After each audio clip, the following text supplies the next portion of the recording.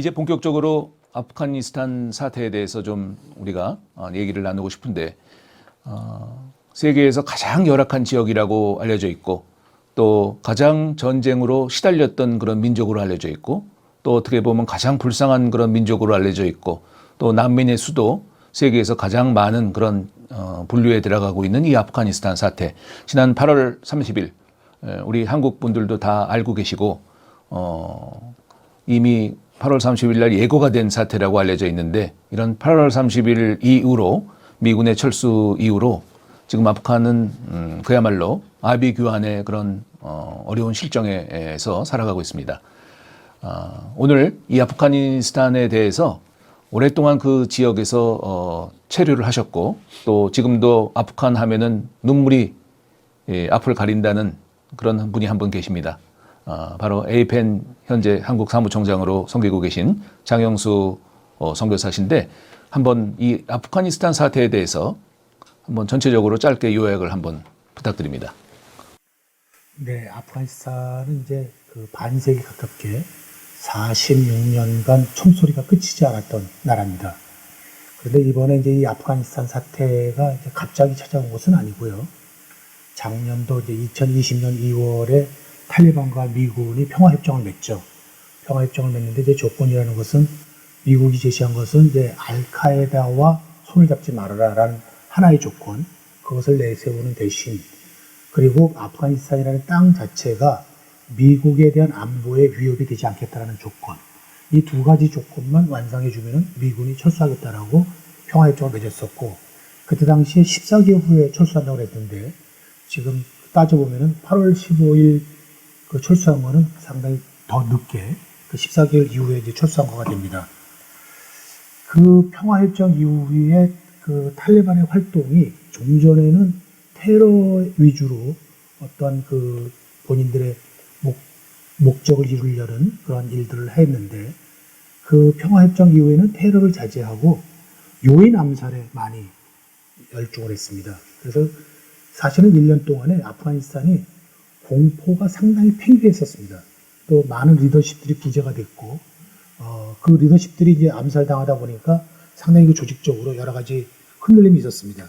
그러다 보니까 이제 그 미군이 그렇게 군을 담당하고, 독일은 또 경찰을 담당하고, 그렇게 20년 가까이 그렇게 그 조직들을 키워왔는데도 불구하고 탈리반이 이렇게 참 쉽게 그렇게 무혈 입성할 수 있는 그런 일이 됐었는데, 이 부분에 대해서는 지금 아프간 국민들도 아프간 정부에 대한 신뢰가 없었고, 그 아프간 정부가 20년간 그 지원에 의한 많은 그런 부정들이 너무 많았기 때문에 아프간 국민들도 사실은 이제 뭔가 이 나라가 좀 뒤집혀라라는 이런 소망이 있는 차에 탈레반이 또 이제 이렇게 들어오는 것에 대해서 그 별다른 저항 없이 이렇게 내주게 되는 이런 사태가 됐습니다.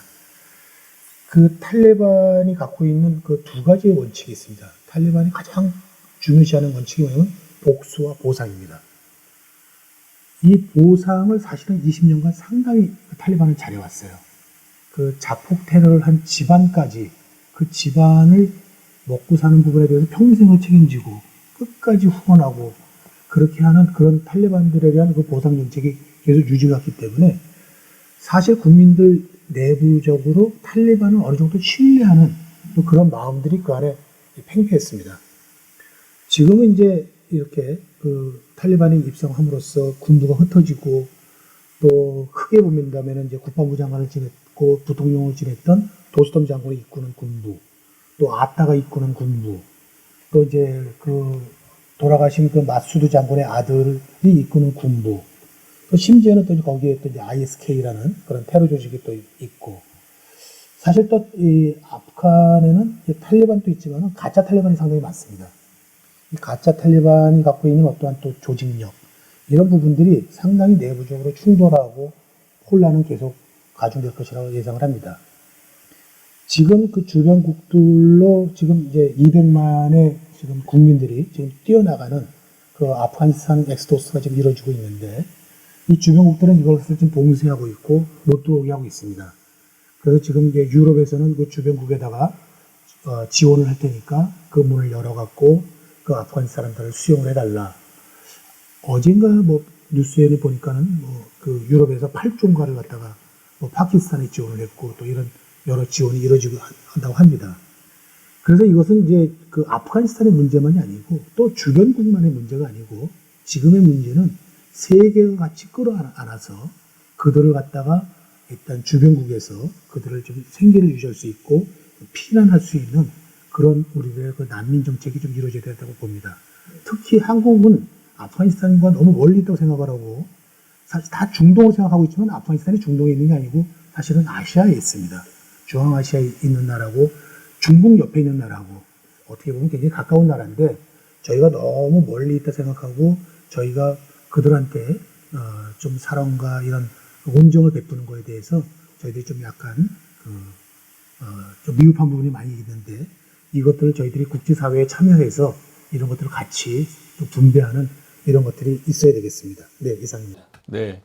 말씀하시는 내내 주먹을 불끈 쥐시면서 하는 그 모습이 얼마나 아프간을 사랑하고 또 애정을 갖고 계신지 충분히 짐작을 해볼 수 있을 것 같습니다.